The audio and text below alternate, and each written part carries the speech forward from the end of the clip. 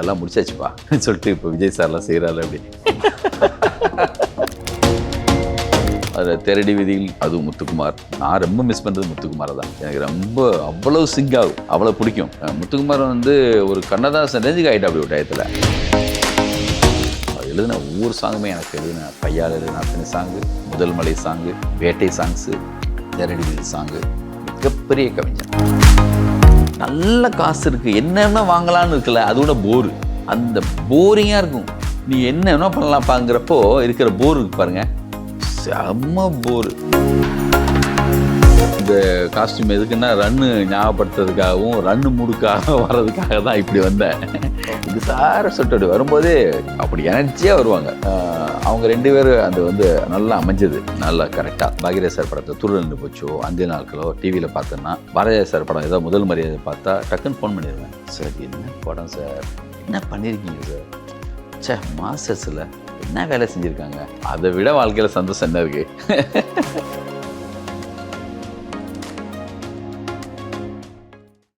Sir வணக்கம். வணக்கம் sir, உங்கள் ரன் படம் போஸ்டர் பார்த்த உடனே எனக்கு என்னுடைய சைல்ட்ஹுட் தான் சார் ஞாபகம் வருது. ஸ்கூலுக்கு போகும்போது எங்கே பார்த்தாலும் இந்த போஸ்டர் தான் இருக்கும். இந்த படத்தை பற்றி பரபரப்பாக பேசிகிட்டு இருக்கிறாங்க. ஒரு 20 வருஷம் கழித்து இன்றைக்கி பேசும்போதும் ரிலேட்டபிளாக இருக்குது. இந்த விஷயத்த ஒரு கிரியேட்டராக கேட்கும்போது உங்களுக்கு ஒரு சந்தோஷம் இருக்கும்ல சார்? 20 வருஷம் கழித்து நம்ம படத்தை பேசுகிறாங்க, அதை கொண்டாடுறாங்கன்ற அந்த சந்தோஷம் எப்படி? உண்மையிலேயே சந்தோஷமாக இருக்குது. ரன்னு மட்டும் நீங்கள் சொன்ன மாதிரி எங்கே போனாலும் ரன்னை பற்றி பேசுவாங்க என்கிட்ட. இந்த ரன் சாங் பற்றி சொல்லுவாங்க, அந்த ஆக்ஷன் பிளாக் பற்றி சொல்லுவாங்க, அந்த படத்துடைய அந்த ஸ்டைலு, மேடி, மீரா ஜாஸ்மின். அப்போ மேடி வந்து கண்டினியூவாக நல்ல படங்களாக பண்ணியிருந்த டைம். உண்மையிலேயே எனக்கு ரொம்ப என்னுடைய படங்கள்லேயும் எல்லாமே அமைஞ்சு வர்றதுன்னு சொல்லுவாங்கள்ல, அது ரன்னில் அமைஞ்சது. உண்மையிலேயே சந்தோஷமாக இருக்கு. அப்போது நான் ஒரு விஷயம் பொதுவாக கேள்விப்பட்டேன் சார், நீங்கள் வந்து ஹீரோ ஆக போகிறீங்க அப்படின்லாம் நான் ஏதோ படித்த மாதிரி நியூஸ்லலாம் கேள்விப்பட்ட மாதிரி. இப்போ உங்களை வந்து பார்த்த உடனே கூட நீங்கள் உட்கார்ந்துருக்க அந்த ஸ்டைலு, உங்கள் அவுட்ஃபிட்டெல்லாம் பார்க்கும்போது கூட நம்ம ஏன் தமிழ் சினிமாவில் உங்களை நடிகராகவும் பார்த்துருக்கணுமோ, மிஸ் பண்ணிட்டோமோ அப்படின்னு ஒரு கேள்வி. இல்லை, நான் வந்து இந்த காஸ்டியூம் எதுக்குன்னா ரன்னு ஞாபகப்படுத்துறதுக்காகவும் ரன்னு மூடுக்காக வர்றதுக்காக தான் இப்படி வந்தேன். நான் எப்பயுமே இந்த மாதிரி காஸ்டியூம் நிறைய போட மாட்டேன். ரன் மூடுக்கு நம்மளும் வந்துடலாம் அதுக்காக தான். அந்த நேரத்தில் ஆனந்தம் முடிச்ச டயத்தில் கொஞ்சம் பேர் டிசைன்மெண்ட்லாம் எடுத்து வருவாங்க. நீங்களே நடிக்கலாமே சார், நீங்கள் உங்களுக்காக பண்ணியிருக்கேன் சார்லாம் சொல்லுவாங்க. எனக்கு அதில் அப்போது இன்ட்ரெஸ்ட் இல்லை, நடிக்கணுங்கிற இது அப்போ தோணலை. இப்போயும் நிறைய பேர் வந்து என்னென்னா, எல்லா டேரக்டரும் நடிச்சிட்டாங்க, யார் மிச்சம் இருக்கான்னு பட்டியல் போட்டால் சங்கர் சார் இருக்கார், லிங்குசாமி, இது மாதிரி பட்டியல் போட்டு வர்றாங்க. என்னை தேடி யார் வந்தாலும் நம்ம நண்பர் தான் கௌதம், நானே ஃபோன் பண்ணி சொல்கிறேன்னு அங்கே அனுப்பி வச்சுருவேன். இல்லாட்டினா வந்து வேறு யாரையாவது சஜஸ்ட் பண்ணுவேன். நடிக்கக்கூடாதுன்னு இல்லை, இப்போ கொஞ்சம் வேலைகள்லாம் இருக்குது. ரைட் டயத்தில் மிக சரியாக அமையும் பட்சத்தில் நான் பண்ணுவேன். எல்லாமே ஒன்று தான். இது வந்து அது வேறு இது வேறுன்னு கிடையாது. இதுக்குள்ளே ஒரு எப்படி ப்ரொடக்ஷன் பண்ணுறோமோ, எப்படி வந்து டைரக்ட் பண்ணுறோமோ, நம்ம எல்லா ஹீரோக்குள்ளேயும் நம்ம இருப்போம், எல்லா ஹீரோயினுக்குள்ளேயும் நம்ம இருப்போம், சின்ன சின்ன ஆர்டிஸ்ட்குள்ளேயும் நம்ம இருப்போம். நம்ம நம்ம வேறு விதமான ஒரு பெர்ஃபார்ம் பண்ணிக்கிட்டு தான் இருக்கோம் ஸ்க்ரீனுக்கு வெளியில். அது ரைட் டைம் வரும்போது கரெக்டாக அமையும் பட்சத்தில் கண்டிப்பாக ஒன்று பண்ணுவோம். அந்த டைமில் ஐடியா இருந்துச்சா சார் உங்களுக்கு? அந்த டயத்தில் சுத்தமாக இல்லை. ஆனால் அப்படி வெளியில் பேசப்பட்டது உங்களுக்கு தெரியுமா? அது உங்களுக்கு தெரியும்? ஆமாம், நிறைய பேர் வந்து என்னை கேட்டு வந்திருக்காங்க. நான் அப்போ அந்த ஐடியா இல்லை. நீங்கள் ரன் படத்தில் கூட சார் ரகுவரன் சாரை வந்து ரொம்ப மிஸ் பண்ணுறோம். ஒரு ஆடியன்ஸாக கண்டிப்பாக நீங்களும் மிஸ் பண்ணுவீங்கன்னு நினைக்கிறேன். அவரை பற்றி வேற ஒரு இன்டர்வியூவில் சொன்ன விஷயம்தான். அவரும் அனுஹாசன் அவங்கள பற்றியும் பேசினதில் வந்து அனுஹாசனே ஒரு இன்டர்வியூவில் சொல்கிறாங்க, நான் யோசித்தேன் எப்படி வந்து இவரை நம்மளை கமிட் பண்ணாருன்னு கேட்கும்போது மணி சார் சொன்னாரா, இல்லை நீ நம்பிப்போ, அவர் நல்லா பண்ணுவார் அப்படின்னு சொல்லிட்டு. எப்படி நடந்துச்சு அந்த காஸ்டிங்? நானும் அதை கேட்டேன். அதை விட வாழ்க்கையில் சந்தோஷம் என்ன இருக்குது. அதுவும் நான் பெரிய மணி சார்னா எனக்கு வந்து அப்படி ஒரு குருஸ்தானம், ஒரு பிரமிப்பு. அவரை மாதிரி நம்ம ஏதாவது ஒன்றா செஞ்சிட மாட்டோமா, அவரை மாதிரி ஏதாவது நம்மளுக்கு வராதா, உங்கள் நயனத்தில் மட்டும் எப்படி இந்த சத்தம் வருதுன்னு ஒரு முறையும் அவரை பார்க்குறப்ப கேட்கணும் போல தோணும். அவங்க ஸ்பெஷல் தமிழ் சினிமா, இந்திய சினிமாவுக்கு வந்து அது வந்து நம்மளுடைய இன்றைக்கும் அப்டேட்டாக புதுசாக பண்ணிகிட்டே இருப்பாங்க. பொன்னியின் செல்வன் முடித்து அடுத்த படம் முடித்து அடுத்த படத்துக்கு ஷூட்டிங் கிளம்பிட்டாங்க. இதெல்லாம் எப்படி சார் சாத்தியம் நான் கேட்டே இருப்பேன். அனுகாசன் அந்த பேட்டி பார்த்தப்ப எனக்கு சந்தோஷமாக இருந்துச்சு. சாரே இப்படி சொல்லியிருக்காங்கன்னா அது நம்மளுக்கு வந்து எவ்வளோ பெரிய சந்தோஷம்னு சொல்லிட்டு. அனுகாசனும் பயங்கர எனர்ஜி. லிங்கு சார் சொல்லிட்டு வரும்போதே அப்படி எனர்ஜியாக வருவாங்க. அவங்க 2 பேரும் அது வந்து நல்லா அமைஞ்சது, நல்லா கரெக்டாக. சுஹாசினி மேடமும் அவ்வளோ பிடிக்கும், ரொம்ப அழகாக பெர்ஃபார்ம் பண்ணுவாங்க நிறைய படங்களில். அனுகாசன் கம்மியாக தான் பண்ணியிருக்காங்க, ஆனால் ரொம்ப அற்புதமாக அவங்க வந்து அவங்ககிட்டையும் பெரிய எனர்ஜி இருக்கும். ரகுவரன் சார் அவங்களுடைய காம்பினேஷன் வந்து எல்லா சினிமா படத்தில் அவ்வளோ நல்லாயிருக்கும். நான் ரகுவரன் சாருடைய பயங்கரமாக எனக்கு ரொம்ப பிடிக்கும். அவருடைய உதயம் படத்தில் வந்து அவர் பவானி கேரக்டராக இருக்கட்டும், அதே மாதிரி வந்து நம்ம நிறைய படங்கள் பூவிலி வாசலில் அவர், நான் அவர் மாதிரி பேசியெல்லாம் காட்டுவேன் அவர்கிட்ட, பயங்கர ரசிப்பார். அதனால் அவங்க 2 பேர் காம்பினேஷனுமே படத்தில் அந்த அந்த அந்த உறவு முறையே ரொம்ப புதுசு தமிழ் சினிமாவுக்கு. அதனால் அது வந்து ரொம்ப ஃப்ரெஷ்ஷாக இருந்துச்சு.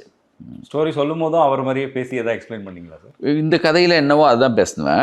அது வந்து என்ன, அந்த கதையில் அந்த மிமிக்ரிங்கிறது என்னென்னா, நான் முதல்ல ஆரம்பத்துலேருந்து பார்த்து வந்திருக்கேன்ல படங்கள், அந்த படத்துலேருந்து வர டயலாகெல்லாம் அவர்கிட்ட பேசி காட்டுவேன். அவர் ஆச்சரியப்பட்டு அப்படி பார்ப்பார், என்ன இப்படி ரசிச்சிருக்காங்கன்னு சொல்லிட்டு. இந்த உங்களுக்கு அந்த மிமிக்ரிலாம் வருமா சார்? நிறைய பண்ணுவீங்களா? மிமிக்ரின்னு இல்லை, அந்த அந்த மூடுக்கு போகிறப்போ, அந்த படம் பார்த்தப்போ திரும்பி ஒரு தடவை 4 தடவை பார்க்குறோம் இல்லையா, அந்த மூடில் அந்த பிடிச்சி சொல்கிறது தான்.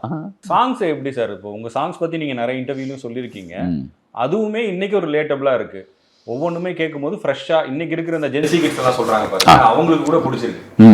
அது எப்படி சார் அந்த மாதிரி? அதான் நம்ம கவிதைக்குள்ளே கொஞ்சம் கூடுதலாக இயங்கிட்டு இருக்கிறதுனால எல்லா பாடல்களுமே எழுதி அதுக்கப்புறம் வந்து சாங்கு வந்து கம்போஸ் பண்ணது. அதனால் கவிதை கொஞ்சம் தெரியும், இது நல்லா இருக்குது, நல்லா இல்லை, எனக்கு அப்டேட்டில் இருக்குது, இது புதுசாக இருக்குதுன்னு அந்த ஏரியாக்குள்ளே கொஞ்சம் கூடுதலாக இருக்கும். மியூசிக் பற்றி பெருசாக தெரியாது, ஓரளவு தெரியும். இது வந்து ஓரளவு தான், இது நல்லா இருக்குது நல்லா இல்லை சொல்கிற அளவுக்கு தெரியும். ஆனால் லிரிக்ஸ் சார்பாக, நல்ல கவிதை சார்பாக கொஞ்சம் நிறைய ட்ராவல் பண்ணதுனால, அதுக்குள்ளே போனதுனால அது பற்றி கொஞ்சம் நம்மளுக்கு கொஞ்சம் இருக்குது. அதனால் லிரிக்ஸ் வாங்கிட்டு தான் சாங் வாங்குவேன். இந்த காதல் பிசாசுன்னு சொல்லி இன்னைக்கு வந்து அது ரொம்ப சாதாரணமாக தெரியுது, ஆனால் அந்த டைமில் வந்து அது கொஞ்சம் வியர்டாக இருந்திருக்கும். இப்படி ஒரு வார்த்தையை எழுத முடியுமான்னு யோசிச்சிருப்பாங்க. எப்படி அது காயின் பண்ணாங்க? முதல் ஒன்று அழகான ராட்சசியே, அப்போ அந்த காலகட்டத்தில் வந்தது தானே. ராத்திரி ரவுடி ரகசிய திருடா உன் போக்கிரி வீரர்கள் சுகமானு நம்ம ஒரு கவிஞர், நம்ம அப்போ அந்த டைப் ஆஃப் லிரிக்ஸ் கூட இப்போல்லாம் வரும் நிறைய. காதல் பிசாசுங்கிறது உண்மையிலே அப்போ புது வார்த்தை தான். நல்ல அதுக்கு முன்னாடி அதான் சொன்னேனே, அழகான ராட்சசியை கூட வந்திருக்கு. அந்த காலகட்டத்தில் அது புது வார்த்தை. அந்த சாங்கு எங்கே பார்த்தாலும் கேட்கும். அப்போது சொல்லுவாங்க, சார் எங்கே பார்த்தாலும் உங்கள் சாங் தான் சார் கேட்குது அப்படின்னு. எல்லா சாங்குமே பெரிய ஹிட்டு. ஆமாம். அதில் தெரடி விதியில் அதுவும் முத்துக்குமார். நான் ரொம்ப மிஸ் பண்ணுறது முத்துக்குமாரை தான். எனக்கு ரொம்ப அவ்வளோ சிங்க் ஆகும், அவ்வளோ பிடிக்கும். முத்துக்குமார் வந்து ஒரு கண்ணதாசன் ரேஞ்சுக்கு ஆகிட்டு அப்படி ஒரு டயத்தில், அப்படி தான் சொல்லணும். நான் அவரெல்லாம் பார்த்ததில்ல, அவரோட ஒர்க் பண்ணதில்லை, சொல்ல ஆரம்பிச்சிட்டேன் அப்படி. அந்த ஃப்ளோ வந்துருச்சு. ரொம்ப குறுகிய காலகட்டத்தில் அவ்வளோ பெரிய வேலை பார்த்துட்டாரு. அதே மாதிரி மியூசிக் டைரக்டர்ஸோட யுவன் சங்கர் ராஜாவோட இருக்கும்போது அவர் டியூனை மாற்றி விடுவார். அவர் என்ன நினைப்பாங்க, அவங்க எதாவது நினைப்பாங்களா, இந்த ஏரியாக்குள்ளே வரணுமா வேணாமாங்கிற கூச்சம், அந்த பயம், அந்த சாங்குக்குள்ளே அந்த அக்கறையாக வேலை பார்க்கும்போது அவங்க பவுண்ட்ரி லைனு அப்பெல்லாம் ஃபிக்ஸ் பண்ணியெல்லாம் இருக்க மாட்டா. அப்படி அவர் எழுதின ஒவ்வொரு சாங்குமே, எனக்கு எழுதின பையால் எழுதின அத்தனை சாங்கு, முதல் மலை சாங்கு, வேட்டை சாங்ஸு, தேரடி விதில் சாங்கு, மிகப்பெரிய கவிஞன். அவர் ஈடு செய்ய முடியாத ஒரு இழப்பு. அப்படிதான். ஏதாவது ஒரு இன்சிடென்ட் சொல்ல முடியுமா சார்? ஒரு பாடல் உருவான விதம், அதுக்கு பின்னாடி இருந்த ஸ்டோரி.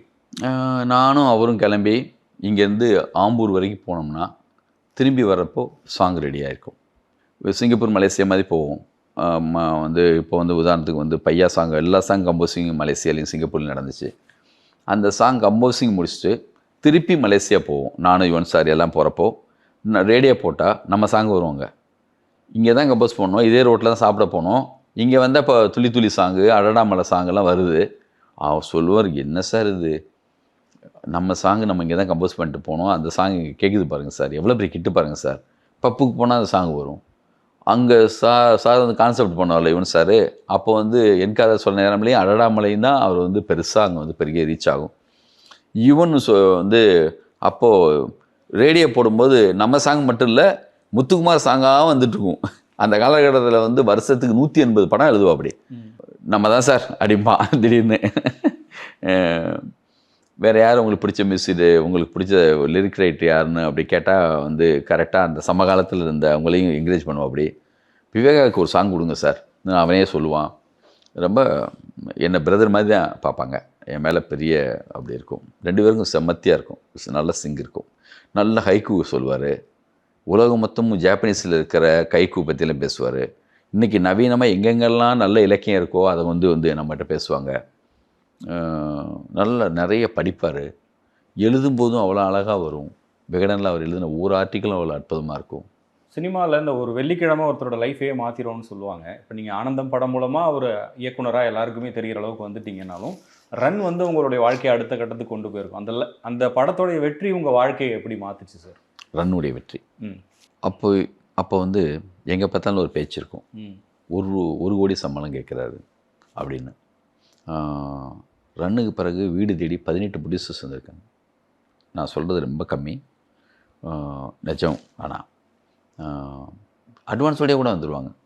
இந்த கதையே இல்லையே, எப்படின்னு அட்வான்ஸ் வாங்க முடியும்? அட்வான்ஸ் வாங்குறது பயமாக இருக்கும். யார்ட்டையுமே அட்வான்ஸ் வாங்கிடக்கூடாது.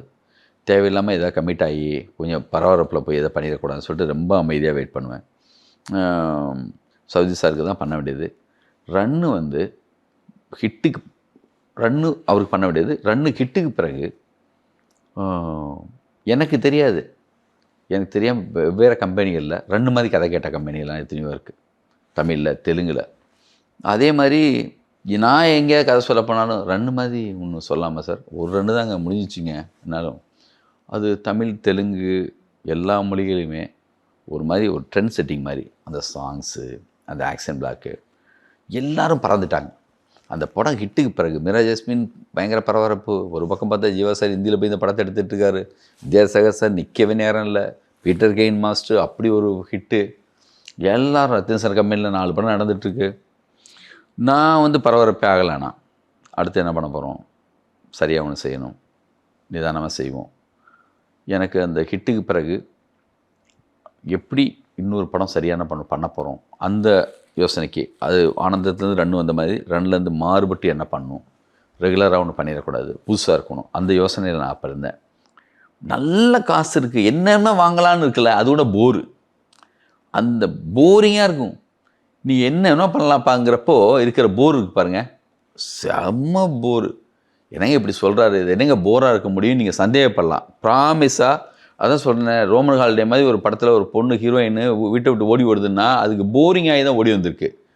அதை அப்போ பார்க்கும்போது இவ்வளோ பெரிய லைஃப்பை விட்டுட்டு என்னடா ஓடி வருதுன்னா, ஸ்ட்ரீட்டில் இருக்கிற ஒரு மாம்பழம், ஸ்ட்ரீட்டில் இருக்கிற ஒரு சந்தோஷம், அந்த தெரு விளக்கில் படுத்துருக்கிறது, அந்த பொண்ணுக்கு அது பிடிச்சிருக்கு. எப்போ பார்த்தாலும் இதை தின்னு அதை தின்னு, மகாராணி பின்னாடி புடவை தூக்கிட்டு போகிறதுக்கு ஒருத்தவங்க இப்படி இருக்கிறது இருக்குல்ல, போர்னா சத்தியம் அது போர் தான். வேணுங்க, பணம் வேணும், நியாயமான காசு வேணும். நியாயமான காசு வச்சுட்டு சரியாக சந்தோஷமாக ஒரு வாழ்க்கை வாழ்கிறதே ரொம்ப சந்தோஷம்தான். இவர் வந்து பெரிய புதுசாக சம்பளம் ஒருத்தவங்களையும் கேட்டார், இவரே இப்படி பேசுகிறாரு, அப்படி கமெண்டெல்லாம் வரும். நிஜமாக உணர்ந்து சொல்கிறேன், நான் வந்து மனசோட சொல்கிறேன். எனக்கு இப்போ என்ன தெரியுமா, இந்த காலத்தில் என்னை நம்பி, இந்த கம்பெனி நம்பி, என்னை நம்பி ரொம்ப பேர் வந்தாங்கல்ல, இவங்கள்கிட்ட கொடுக்கலாண்டான்னு, அவங்களுக்கு திருப்பி நான் சரியாக செஞ்சிட்டா, அது என்னுடைய ரிலேஷனாக இருக்கலாம், இல்லை நண்பர்களாக இருக்கலாம், வேறு ஏதோ நிறைய ஃபைனான்சியர்ஸ் வந்து லாஸ்ட் மினிட்ல எங்கிட்ட வந்து ஒரு சிலர் வந்து நம்பி கொடுத்துருப்பாங்க. அவங்களுக்கெல்லாம் நியாயம் செஞ்சிடணும், அந்த ஒரு விஷயம் மட்டும்தான் எனக்கு. திரும்பியுமே என் நண்பர் ஒருத்தர் ஃப்ரெண்டுகிட்ட சொல்லுவேன், இவங்க எல்லாமே இவங்க பிரச்சனை எல்லாத்தையுமே சரியாக முடிச்சுட்டு ஏதோ ஒரு வீட்டில் போய் ஊஞ்சல் கட்டி சந்தோஷமாக அப்படியே சந்தோஷமாக ஒரு கவிதை பேசிட்டு அப்படி இருக்கணும். அதுதான் என்னுடைய மிகப்பெரிய ஒரு அழகான ஒரு படம், மிக சரியான ஒரு ஸ்கிரிப்டு ஒன்று எடுத்துட்டு அப்படி எல்லாம் முடிச்சாச்சுப்பா சொல்லிட்டு இப்போ விஜய் சார்லாம் செய்கிறாரு அப்படி. சத்தியமாக அது வந்து அரசியலாக சொல்லுங்க, யாரையுமே வெறுப்பத்திற்காக சொல்ல, அந்த மாதிரி அப்பா முடிஞ்சிச்சுரா அது சொல்லிட்டு போய் இருக்கணும்னு ஆசையாக இருக்குது. ஆனால் ஒரு கிரியேட்டருக்கு அந்த மாதிரியான ஒரு துணிச்சலான முடிவுன்னு சொல்கிறதான்னு என்னன்னு தெரியல. இதுவரையும் போதும், இதுக்கப்புறம் நான் சினிமாவிலேருந்து வெளியில் போகணுன்ற முடிவு எடுத்துட முடியுமா சார்? நான் விட்டுட்டு போக சொல்ல, ஒரு சரியான விஷயத்தை செய்யணும், அதுக்கான வெயிட்டிங், அது பண்ணணும். அது என்ன ரிட்டையர்மெண்ட், இது வந்து என்ன இன்றைக்கி மார்ட்டின் காசிஸ் வந்து இத்தனை வயசுல படம் எடுக்கிறாரு, 77 வயசு 90 வயசு வரைக்குமே வந்து ஒரு சிலர் படம் பண்ணிகிட்டு இருக்காங்க ஹாலிவுட்லலாம். அங்கே வயசு ஆகாதான் அவங்களுக்கு வந்து இன்னும் நிறைய செய்கிறாங்க. அதனால் வந்து என்னென்னா, குட் பை லேக்கிடியே அந்த டைரக்டரு நிறைய பேர் இப்போ இந்த வயசுலையும் பண்ணுறாங்க. அதனால் வந்து இதுக்கு ரிட்டையர்மெண்ட்டே கிடையாது, கிரியேஷனுக்கு என்ன ரிட்டையர்மெண்ட்டு, அப்புறம் காலகட்டமும் கிடையாது. இது மாறிடுச்சிங்க, இப்படி ஆயிடுச்சு, உங்கள் விஷயம்லாம் ஆகாது, அப்படிலாம் எதுவுமே கிடையாது. தொடர்ந்து இப்போ நிகழ்கிறத பார்த்துட்டே இருந்தீங்கன்னா அதோடய பயணிச்சுட்டே இருந்தீங்கன்னா, பொறாமை இல்லாமல் ரசிச்சிங்கன்னு சொன்னால், ஈகோ இல்லாமல் ஒத்துக்கிட்டிங்கன்னா, உங்களுக்கு படைப்பாற்றல் இருந்துகிட்டே இருக்கும். என்னைக்காவது உங்ககிட்ட வந்து இந்த பொறாமை குடிகொண்டுச்சுன்னா, உங்கள்கிட்ட இருந்து படைப்பாற்றலே போயிடும். ஊர்லேருந்து கைத்தட்டக்கூடிய ஒரு ஆள் இன்றைக்கும் சரியான புது பையன் ஒருத்தன் வந்தான்னா, அவனுக்காக கைத்தட்டுறதுக்கு நம்ம ரெடியாக இருக்கணும். நீங்கள் எப்போ பார்த்தாலும் அப்படியே வந்து நான் என்ன பண்ணிட்டேன்னு தெரியுமா நினச்சிட்டே இருந்தீங்கன்னா, அந்த அதே வந்து இருந்தீங்கன்னா, உங்களுக்கு எதுவுமே வராது. வெட்டியத்தியாக ஜாலியாக சந்தோஷமாக நிஜமாக உண்மையாக இன்றைக்கி தேட்டரில் போய் படம் பார்க்குற ஒரு ஆளாக இருந்தீங்கன்னு சொன்னால், ஒரு அசிஸ்டண்ட்டாக இருந்தப்போ என்ன மனநிலையில் இருந்தீங்களோ அந்த மனநிலை உங்களுக்கு மறுபடியும் வந்துச்சுன்னு சொன்னால், உங்களால் ஒரு நல்ல காரியம் பண்ண முடியும். நீங்கள் நிறைய அப்ஸ் அண்ட் டவுன்ஸ் பார்த்துருப்பீங்க சார். நீங்கள் ஏதோ ஒரு வேறு ஒரு டவுனாக கூட இருந்திருக்கலாம். அப்போது உங்கள் படம் டிவியில் வருது. அந்த படத்தை அப்போ பார்த்துட்டு யாராவது கால் பண்ணி பேசியிருப்பாங்க. அது வந்து உங்களை ஓட வச்சுருக்கோம். அப்படி ஏதாவது? நிறைய எனக்கும் அதே மாதிரி நான் எப்போயாவது பாக்யராஜ் சார் படத்தை துருள் நின்று போச்சோ அந்த நாட்களோ டிவியில் பார்த்தேன்னா, பாரதியார் சார் படம் ஏதோ முதல் மரியாதை பார்த்தா டக்குன்னு ஃபோன் பண்ணிடுவேன். சார் என்ன படம் சார், என்ன பண்ணியிருக்கீங்க சார், சே மாஸ்டர்ஸில் என்ன வேலை செஞ்சுருக்காங்க அப்படின்னு எனக்கு தோணும். அதுமாதிரி என் படத்தை பற்றி நானே மறந்த நேரத்தில் எங்கேயோ ஹைதராபாத்தில் எங்கேயோ போகிறப்போ யாரோ ஒரு ஆள் உங்கள் படம் தான் சார் பார்த்துட்டு இருந்தேன் வேலை நேரம் சொல்லிட்டு ஓடி வந்து சொல்லுவாங்க. ஏதோ ஒரு ஆஃபீஸ்குள்ளே போகிறப்போ ரன் தான் சார் பார்த்துட்டு இருந்தேன் அப்படின்னு சொல்லுவாங்க. உங்கள் சண்டைக்கோழி சார்ம்பாங்க. அப்போ நம்மளுக்கு வந்து திரும்பியும் ஏதோ பண்ணியிருக்கோம்லன்னு தோணும். இருந்தாலும் இன்னும் செய்யணும், இன்னும் எதுவுமே பண்ணல, மறந்துடுவோம். நம்ம ப்ளைனாக இருக்கும், எம்டியாக இருக்கும். சடனாக திரும்பியும் எதாவது செய்யணுங்கிற ஆசையை ஏதோ புதுசாக வந்த லோகேஷ் கனகராஜோ அற்புதமாக படம் எடுக்கிற ஒரு வெற்றிமாறனோ, ஒரு பைசன் படமோ, அதே மாதிரி சமீபத்தில் வந்த டேரக்டர்ஸோ அவங்க நம்மளை வந்து தூண்டி விட்டே இருப்பாங்க வந்து ஏதாவது செய்யணும்னு சொல்லிட்டு. வெற்றிமாறனை மீட் பண்ணும்போதே எனக்கு ஆச்சரியமாக இருக்கும். இவர் எனர்ஜியாக இருக்கார், என்ன மாதிரி இருக்கார் அப்படி தோணும். வெற்றியெல்லாம் நிறைய படிப்பாங்க. அவங்க வந்து அவங்களுடைய படம் பார்த்திங்கன்னா திரும்பி எடிட் பண்ணுவாங்க. மறுபடியும் முதல்ல 100 வருஷனாக இருக்கும், புதுசாக 100 வருஷம் கட் பண்ணுவாங்க. இதெல்லாம் நான் பண்ணதே இல்லை வெற்றி. என்ன பேசணுமோ அதான் வெற்றி என்னோடய படத்தில் வரும். இல்லை இது மாதிரி மாற்றி ஈத்தி பார்க்குறப்போ ஒரு வாய்ஸு இங்கே தூக்கி போகிறப்போ வேறையாக மாறும் அப்படிங்கிறதெல்லாம் வெற்றியோடைய எடிட்டிங்கில் தான் நான் பார்த்து கற்றுக்கிறேன். ஆச்சரியமாக இருக்கும் அதெல்லாம். உங்களுடைய கதை நீங்கள் எங்கேருந்து சார்? இப்போ அவங்கெல்லாம் நிறைய புக்ஸ் படிக்கிறாங்க, அதுலேருந்து அவங்களுக்கு நிறைய ஸ்டோரிஸ் உருவாகும். நீங்கள் வந்து ஒரு கதையை எங்கேருந்து உருவாக்குவீங்க? மனிதர்களை பார்க்குறதா, படிக்கிறதா, எப்படி? அது நம்ம லைஃப்பில் என்னுடைய லைஃப்பில் நடந்த இன்சிடென்ட்ஸ் வச்சு தான் ஆனந்தம், எங்கள் ஃபேமிலியில் நடந்ததை வச்சு. ரன்லேயும் என்னுடைய ஒரு இன்சிடெண்ட் இருக்குது. அது மாதிரி நம்ம விரும்புகிற, நம்ம ஆசைப்படுற இந்த மாதிரி ஒன்று இருந்தால் எப்படி இருக்குங்கிற ஒரு கனவு, ஒரு ட்ரீமு, ஒரு ஹீரோயிசமான ஒரு கேரக்டரை படைக்கணுன்னா அதுக்கான ஒரு சில படங்கள் வந்து இன்ஸ்பிரேஷனாக இருந்திருக்கும். படங்களும் தான். திடீர்னு எங்கேயோ பார்த்த ஒரு படம், எப்பயோ மகாபாரதத்தில் கேட்ட ஒரு கதை, அந்த மாதிரி விஷயங்கள் கூட. எங்கேயோ பாக்யராஜ் படத்தில் இருக்கிற ஒரு சீனை ஒரு ஆக்ஷன் பிளாக்கில் யூஸ் பண்ணால் எப்படி இருக்கும் அப்படிலாம் கூட திடீர்னு தோணும். வேட்டையில் வந்து ஒருத்தனை அரெஸ்ட் பண்ணி கூட்டு போயிட்டு எதுவுமே பேசாமல் டீ வாங்கி கொடுத்துட்டு திருப்பி வருவாங்க. என்னென்ன பேசாமல் வந்துட்டோம் சொல்லிட்டு தம்பி சொல்லி கேட்கும்போது அங்கே கட் பண்ணால் அவங்ககிட்ட ஏதோ சொல்லியிருப்பான் அப்படின்னு சொல்லிட்டு அவனுக்கு போட ட்ரை பண்ணும்போது ஓடி வண்டியில் ஏறுவான். இன்னும் கொஞ்ச நேரத்தில் அவனே வருவான். நம்மகிட்ட எதுவுமே பேசுகிறேன்னு சொன்னாலும் யாருமே நம்ப போகிறதில்ல. அந்த சீனுக்கு இன்ஸ்பிரேஷன் வந்து மௌன கீதங்களில் சரிதாவை, அந்த ஆஃபீஸில் ஒர்க் பண்ணுற சரிதாவை எப்பயுமே ஒருத்தன் வந்து தப்பாக பிஹேவ் பண்ணிட்டே இருப்பான். ஒரு தடவை அவர் ரூம்குள்ளே போகிறப்ப டப்புன்னு போய் கதவை மூடிட்டு கொஞ்ச நேரம் இருப்பாங்க. வெளியில் வரும்போது பட்டன்லாம் கழட்டிட்டு வெளியில் வருவான். பார்க்குறவங்க வந்து ஏதோ தப்பு நடந்திருக்கோன்னு அதை தான் சொல்லிட்டு வந்திருப்பான். நான் வெளியில் போய் எதுவுமே பண்ணலன்னு நீ இப்போ சொன்னாலும் யாரும் நம்ப போகிறதில்ல அப்படின்னு. அந்த சீன் தான் அங்கே ஆக்ஷன் பிளாக்குக்கு வேறு ஒரு இடத்துல நம்ம யூஸ் ஆகுது. அது மாதிரி எந்த ஒரு பார்த்தாலுமே எது பண்ணாலுமே வேறு வகையில் நம்மளுக்கு ஒன்று தோணும். அந்த ட்ரிப்பில் இருந்துகிட்டே இருக்கும்போது எதுவுமே நடக்கலை, டப்புன்னு காட்ஃபாதர் போட்டு பார்த்துட்டு இருக்கும்போது ஒரு காட்ஃபாதர் அது வந்து மிகப்பெரிய கண்டென்ட்டு. அதில் அவ்வளோ பெரிய லைஃப் இருக்குது. அங்கே ஒரு டீஸ்பூன் போதும், எடுத்தால் இன்னொரு படம் கலக்கி வேற ஒரு படம் பண்ணலாம். அது ஏற்படுத்திகிட்டே இருக்கும் நம்மளுக்கு. ஒரு பிரிட்டி உமன் பார்த்தேன்னா நான் திரும்ப எனக்கு ரொம்ப பிடிச்ச படத்தை மறுபடியும் கூட பார்ப்பேன். ஒரு சோலைவே திரும்பி பார்ப்பேன், தீவாரை திரும்பி பார்ப்பேன். உலகம் மொத்தமாக இருக்கிற படங்களில் புதுசாக சைக்கோ திடீர்னு பார்ப்பேன். அதே மாதிரி வந்து நல்ல படமாக அது மிக முக்கியமான படம்னு சொல்லப்படுற படங்களை எனக்கு திரும்பி அப்போ பார்த்த படங்களை இப்போ திரும்பி பார்ப்பேன். இப்போ தமிழ்லையும் சரி சங்கராபரணத்தை டப்புன்னு பார்ப்பேன், சலங்குவெளி பார்ப்பேன். நல்ல படம்னு சொல்கிற படத்தை அப்போ பார்த்துட்டேமேங்கிறதுக்காக விடாமல் திருப்பி இப்போ மறுபடியும் பார்ப்பேன். டக்குன்னு ஒரு பூவே பூச்சிரவா அந்த படம் எனக்கு ரொம்ப பிடிக்கும். அந்த படத்தை திரும்பி திரும்பி பார்ப்பேன். அதுலேருந்து ஒரு சாங் கேட்டால் போதும், திடீர்னு கண்ணீர் வந்துடும். அதே மாதிரி வந்து நாயகன், தேவர் மகன், அதெல்லாம் எத்தனை வாட்டி பார்த்தாலும் பார்ப்பேன். முள்ளும் மலரும் அந்த படத்தை பார்ப்பேன். ரஜினி சார் படங்களில் கமர்ஷியலான படத்துடைய ஃபைட் சீக்வன்ஸ் வந்து ரொம்ப பிடிக்கும். நல்லவனில் வந்து இனிமேல் நீ சண்டையே போடக்கூடாதுன்னு சொல்லி அனுப்புகிற தெருவில் ரோட்டில் போய் அவங்கெல்லாம் அடி வாங்கிட்டு திரும்பி பூ வாங்கிட்டு வர சீன் இருக்குல்ல, அதை நினச்சாலே போதும். அப்போ பார்த்தப்ப நினச்சதை பார்த்தாலே எனக்கு இன்னொரு சீன் ஒன்று தோணும். அப்படி நம்ம இது வரைக்கும் பார்த்தது எல்லாமே உள்ளே போயிருக்குல்ல, அது இது ஃபியூச்சரில் இதை வச்சுட்டு ஒரு படம் பண்ண போகிறோம், இதுலேருந்து ஒன்று பண்ணிடணும், அதுக்காக நீங்கள் பார்க்கக்கூடாது. நீங்கள் கரைஞ்சி எப்பயோ பார்த்துருக்கணும், அது நம்மளை கிரகிச்சு உள்ளே போயிருக்கு, அது வேறையாக ஒன்று வரும்.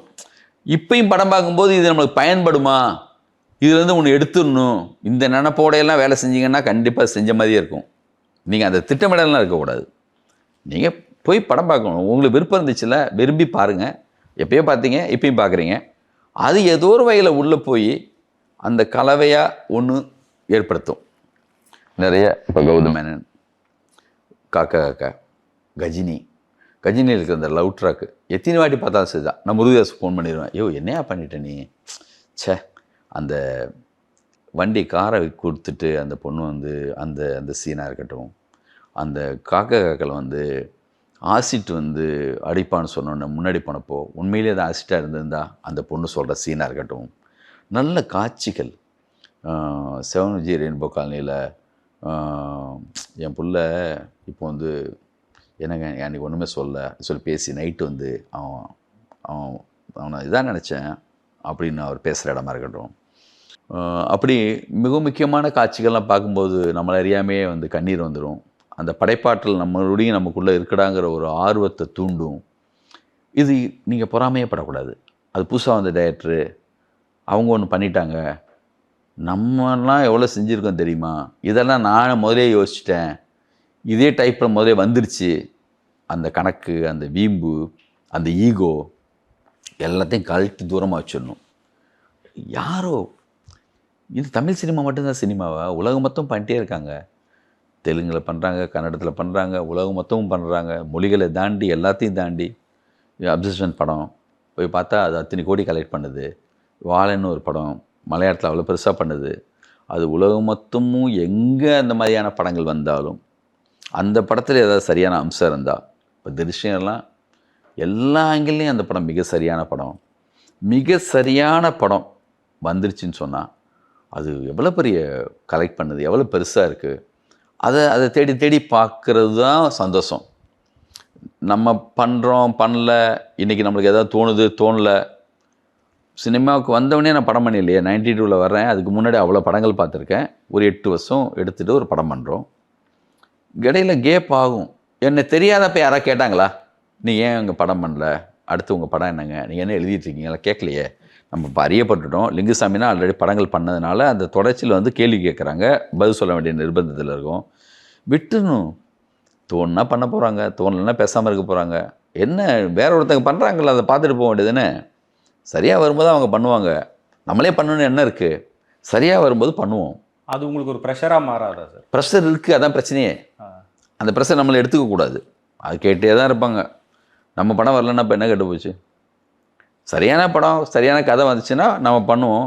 இல்லைன்னா நண்பர்கள் செய்கிறாங்க, நம்ம நிறைய புதுசாக டேலண்ட்ஸ் வர்றாங்க, அவங்கள வாட்ச் பண்ணுவோம், அவங்கள பார்ப்போம், அவங்கள கொண்டாடுவோம். இல்லை அந்த படத்தை வாங்கி ரிலீஸ் பண்ணுவோம். இதுக்குள்ளேயே தானே இருக்கோம், இதுலேருந்து வெளியில் போகலையே.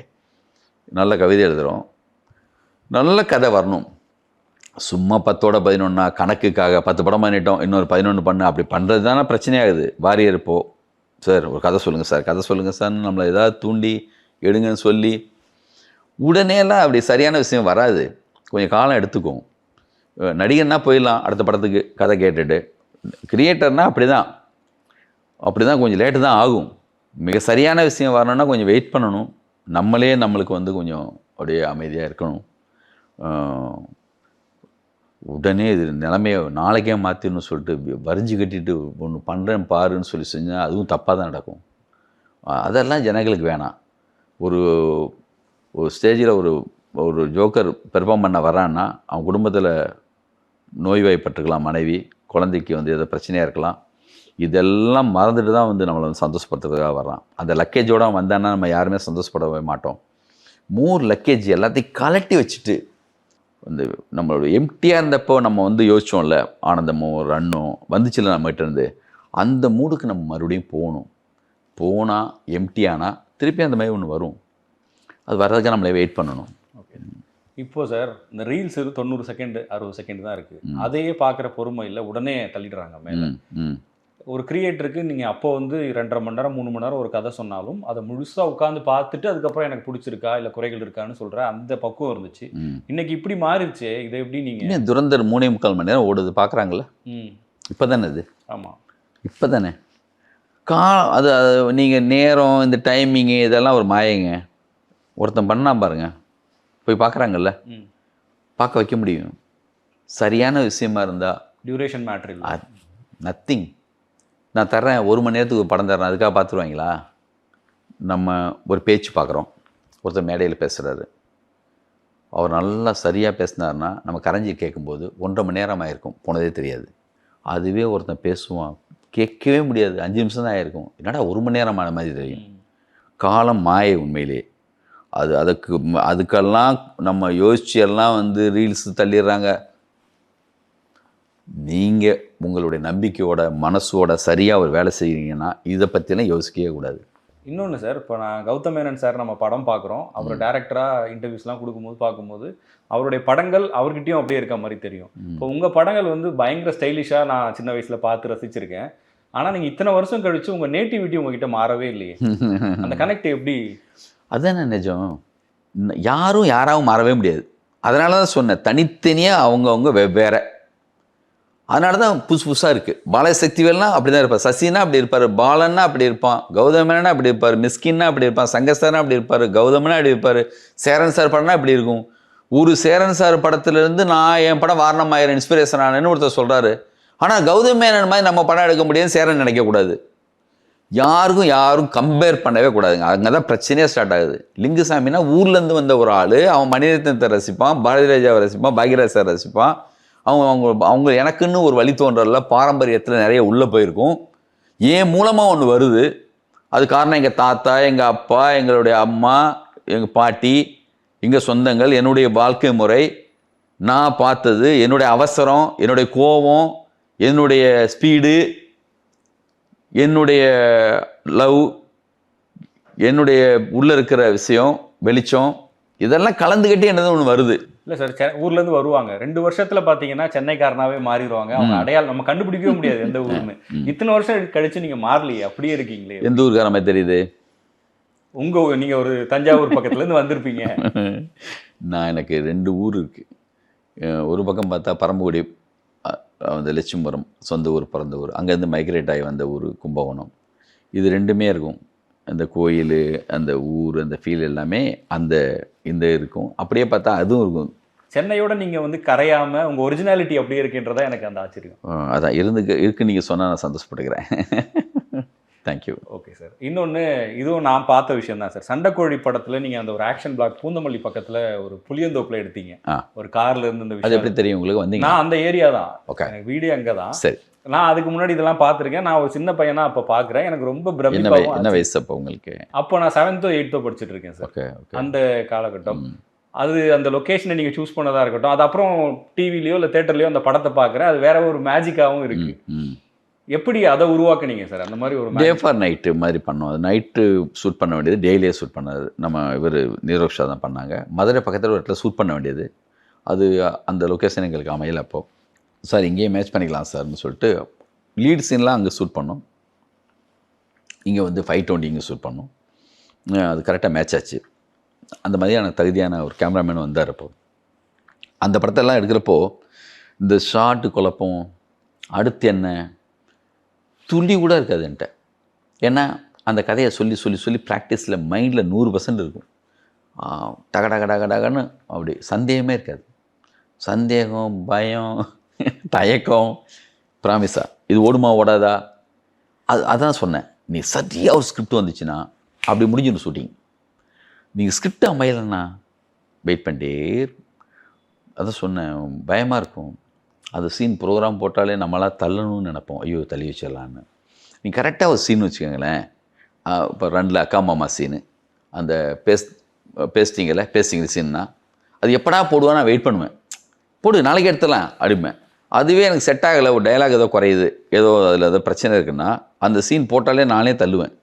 இது லாஸ்ட்டாக வச்சுக்கலாம். காரணமே அவங்களுக்கு புரியாது. ஆனால் எனக்கு ஏதோ பத்தலைங்க, ஏதோ எனக்கு குறையுது. இப்பையும் இது வெற்றி சொன்ன அப்படி சமீபத்தில் தனுஷ் நடித்த படம், அந்த படத்தில் ஒரு டயலாக்கு அவருக்கு கிடைக்கல.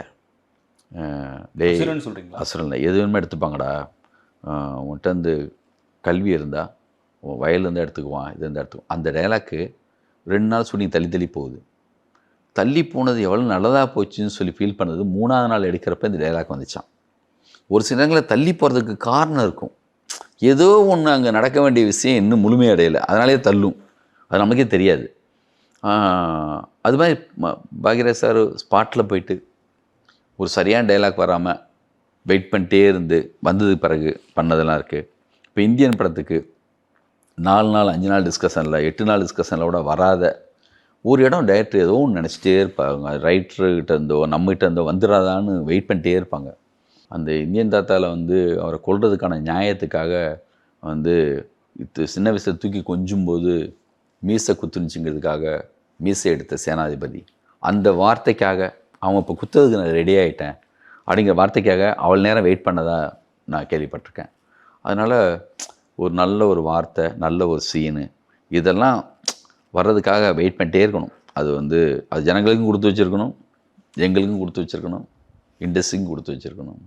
அதே சண்டைக்கோழியில் எனக்கு அப்போ தோணுன விஷயம் தான் சார். அப்போது விஷால் வந்து ஒரு படம் பண்ணிவிட்டு செகண்ட் படம் நினைக்கிறேன் சண்டைக்கோழி, அங்கே வந்து அந்த செக்குடு ஷர்ட் மாதிரி போட்டு ஒரு சேரில் உட்காந்துருக்காரு, கேரவன் கூட இல்லைன்னு நினைக்கிறேன். அப்போது வந்து அவரை பார்க்கும்போது நம்ம ஒரு விஜய் சார் அஜித் சாரை படம் பார்த்துட்டு இருக்கிற ஒரு ஸ்டேஜில் இப்படி ஒருத்தர் இருக்காரு, இவரை வச்சு ஒரு படம் எடுக்கிறாங்களே, அதுக்கப்புறம் பின்னாலில் பார்த்தா அவரை வச்சு ஒரு மாஸ் காட்ட முடியும்னு எப்படி சார் உங்களுக்கு தோணுச்சு? ஒரு அறிமுகமான ஹீரோ தானே ஸ்கிரிப்ட் அந்த ஸ்கிரிப்ட் அது அது அது செய்யும் நம்பிக்கை இல்லை. அதுக்கு முன்னாடி நிறைய செஞ்சுருக்காங்க, நான் மட்டும் இல்லை. நல்ல டேரக்டர்ஸு, நல்ல ஸ்கிரிப்டுக்குள்ளே. இப்போ கேஜிஎஃப் மாதிரி ஒரு படம், அதுக்கு முன்னாடி பெரிய ஹீரோவே இல்லை. இங்கே தமிழில் அந்த படம் ரிலீஸ் ஆகுது, அந்த சீக்வன்ஸ் இருக்கிறதுனால இங்கே கிளாப்ஸ் அடிக்கிறோம். அந்த கதைக்குள்ளே அந்த ஸ்ட்ரென்த் இருக்கிறதுனால அந்த இவ்வளோ ஹீரோயிசமும் நிற்கிது இல்லையா? அதனால் கதை இருந்துச்சுன்னு சொன்னால் சாதாரண பையன் மாதிரி காட்டி அப்படி வரும்போது அது நிற்கும். ரன் ரீரிலீஸ் சார், ஜென்சி கிட்ஸுக்கு நீங்கள் அவங்க தான் நிறைய உங்கள் படத்தை தேட்டரில் பார்க்கணுன்னு வெயிட் பண்ணுறாங்க. அப்படியா?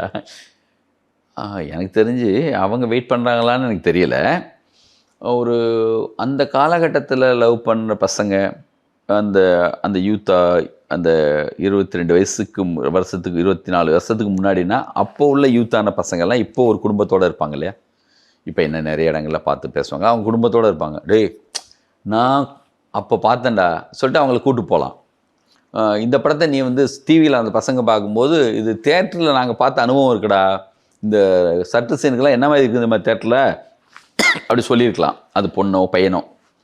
அப்படிப்பட்டவங்க எல்லாமே வந்து என்னென்னா இப்போ குடும்பத்தோடு வர விரும்பலாம், வந்து பார்க்கலாம். அந்த அந்த ஃபீல் இருக்குல்ல, நம்ம ராஜா சார் சாங்கை ஒவ்வொரு காலகட்டத்துலையும் கேட்டப்போ அந்த ஃபீல் வரும்ல.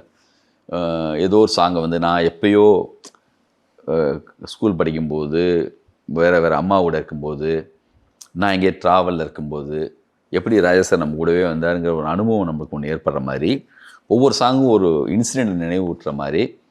அப்படி இந்த படம் பார்த்தவங்க நிறைய பேர் இருக்காங்கல்ல, அவங்களுக்கு நாங்கள் இப்போ சொல்கிறாங்க நிறைய இடத்துக்கு போகிறப்பெல்லாம், சார் நான் 5 வாட்டி பார்த்தேன் சார், காலேஜ் படிக்கும்போது எனக்கு அப்படி ஒரு படம் சார் இது, நான் முத சத்யம் சினிமாஸில் பார்த்தேன் சார், நான் முத சங்கத்தில் பார்த்தேன் சார், நான் கல்யாணம் பண்ண புதுசு சார், நான் லவ் பண்ணியிருந்த டைம் சார், திருச்சி மேரேஜில் பார்க்கும்போது இந்த படத்தை அப்படின்னு சார், நானும் திருச்சி தான் சார், எங்கள் ஊர்லேருந்து பண்ணீங்க சார் இந்த படத்தை தேரடி சாங்க.